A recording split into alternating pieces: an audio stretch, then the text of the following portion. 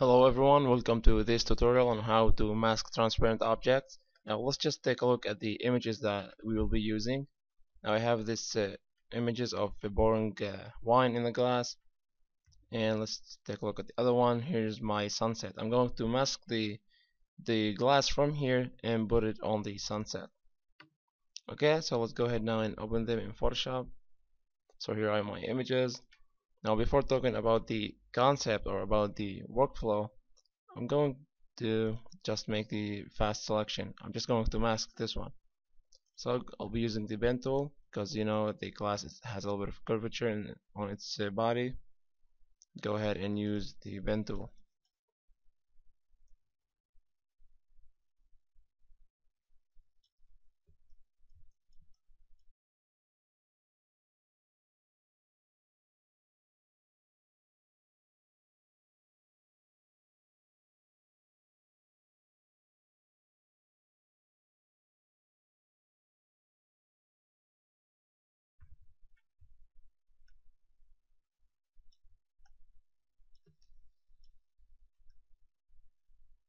Okay, I think I'm gonna skip this one and skip the wine. I'm going to mask it alone. So let's go ahead and mask the glass.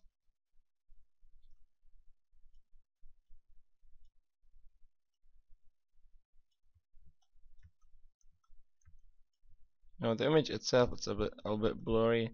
I'm not gonna worry much about the selection here because the important thing about this video is showing you the technique of masking the object, not how to use the pen tool, of course.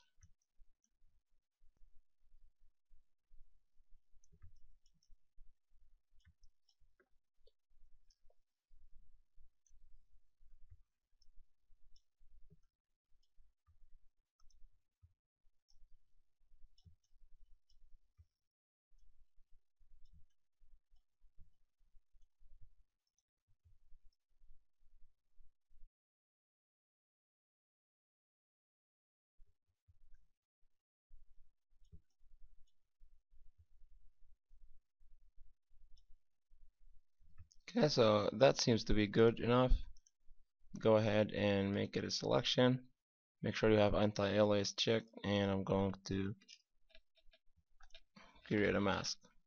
Now I just removed the background, but you can see I also removed the wine here, so I'm going to disable my layer mask temporarily, use my quick selection tool.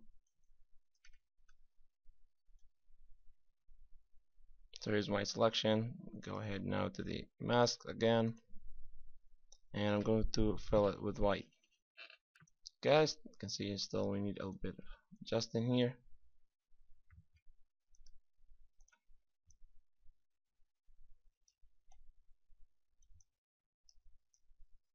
Okay, so let's see now the actual techniques for masking the transparent object that we have here. Okay, I'll go ahead now and add the background.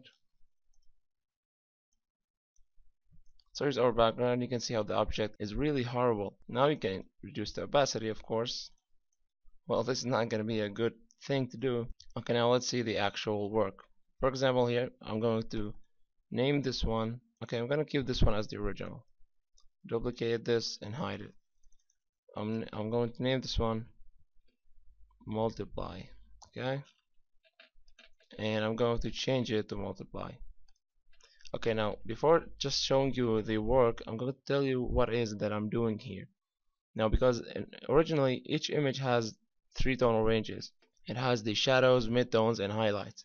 Now, when talking about transparent objects, the main two ranges, there's going to be the shadows and the highlights. Now, the midtones, they will be coming mainly from the background, from what's behind. Okay, so our job now is to separate the shadows from the highlights. Now, we separate the shadows or the dark areas by making a multiply layer. Then I'm going to duplicate it again, make it screen. Okay, see, here's screen, and I'm going to change it to be screen. Okay, now you can see we're back to the start. I'm going to reduce the opacity. Now this looks a bit better than this one, but still not good enough. Okay, now let's go ahead and add just another layer so I can bring some of these colors back. Go ahead and say overlay, or let's try soft light. I think soft light is a little bit better. Now what I'm going to do, I'm going to take the multiply. Now I'm going to fix this, the like the gas look on the in the glass. The only problem we have here now is this white in the glass that doesn't fit in the environment. Okay, what I'm going to do now is go ahead and just click the screen copy, which is the soft light. Let's go ahead and change to soft, and I'm going to group them, and I'm going to create a new layer. Now I'm going to use this layer to knock out some of the whites from these two layers, because these are the layers that causing this white in the glass, not the multiply. You can see. Okay, what I'm going to do now, I'm going to paint with black. Okay, let me show you what I'm doing here.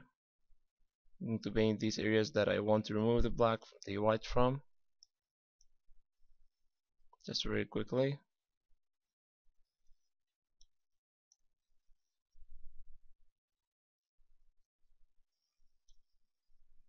Okay, I'll go ahead now and double click to go to the advanced blending options, and I'm going to change the knockout from none to shallow. And you can see nothing changes, but if I reduce my fill opacity, so you can see that knocked out all the whites that was unpleasing. Now the problem here is I'm left off without any reflections. So I removed the white, but I also removed the reflections. And I went too far a bit here, but I'm gonna say that this is okay for now.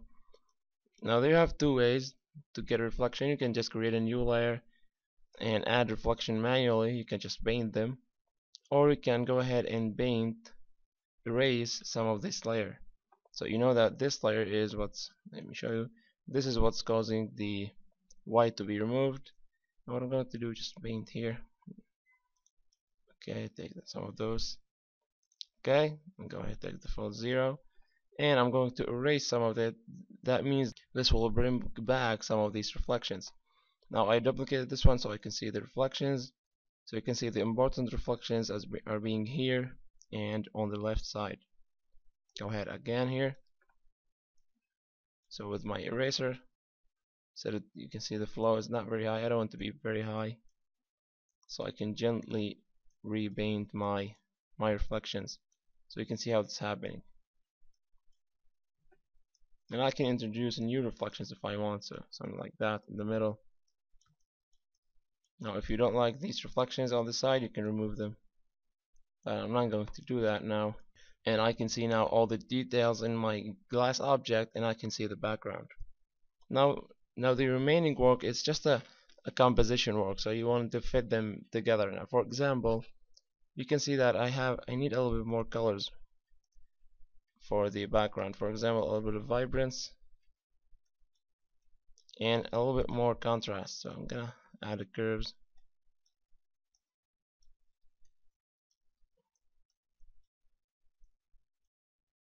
Okay, so I think that is better, and I think a little bit less in the shadows. Okay, something like that. I'm gonna change it to luminosity. I don't want to shift the colors here.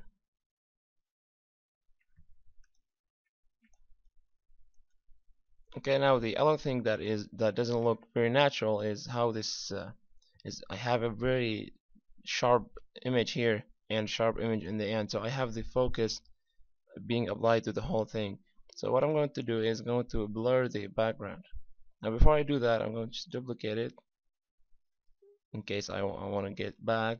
I'll go ahead and apply liquify filter. Now this is an optional step, but I'm going to show you that you can do that. Go ahead and see where this one is being located. See again. Okay, add a little bit of bulge to these pixels underneath it. So it's gonna be like the glass.